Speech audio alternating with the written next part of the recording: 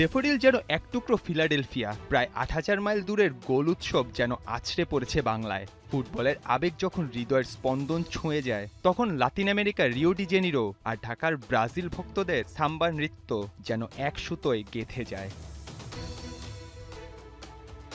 র্যাঙ্কিংয়ে ৮৭ নম্বরে থাকা হাইতির বিপক্ষে উড়ন্ত ব্রাজিল, ব্যবধানটা প্রথমার্ধেই ৩-০। ব্রাজিল ভক্তদের উৎসবের সুনামি ছড়িয়ে পড়ে বাংলার টেকনাফ থেকে তেঁতুলিয়া সবখানেই। ঢাকা বিশ্ববিদ্যালয়ের টিএসসি, মহসিন হল কিংবা জাহাঙ্গীরনগরের মুক্তমঞ্চ। ব্রাজিল ভক্তদের এমন হলুদ উৎসব ফিলাডেলফিয়ার গ্যালারি থেকেও কি কোনো অংশে কম? ভিশন কিউটি মিনি এলইডি টিভিতে আছে এমইএমসি এবং ডিবিএক্স টিভি সহ লেটেস্ট সব টেকনোলজি। Vision television. প্রথম ম্যাচে মরক্কোর সাথে গোলশূন্য আর মেরমেরে ড্রয়ের পর ব্রাজিলিয়ান সাম্বার সুর যখন বেসুরো হয়ে উঠেছিল, তখন কুনিয়া ভিনিরা হাইতির ম্যাচটিকে ছন্দ খুঁজে নেয়ার মঞ্চ বানালো। সেই উচ্ছ্বাসেই ফ্যানরা চিরচেনা উৎসবে ভাসল। গায়ে হলুদ জার্সি, চোখে হেক্সা জয়ের সেই অধরা স্বপ্ন, আর মুখে ব্রাজিল ব্রাজিল স্লোগানের আকাশ কাঁপানো গর্জন। ভক্তরা ঢাকাকেই যেন রিও ডি জেনিরো বানিয়ে ছাড়ল।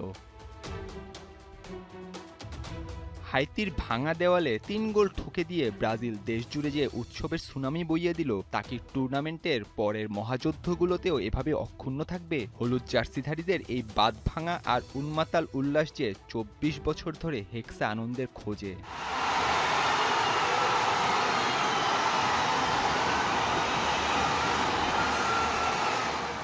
নাহিয়ান আরেফিন, ৭১।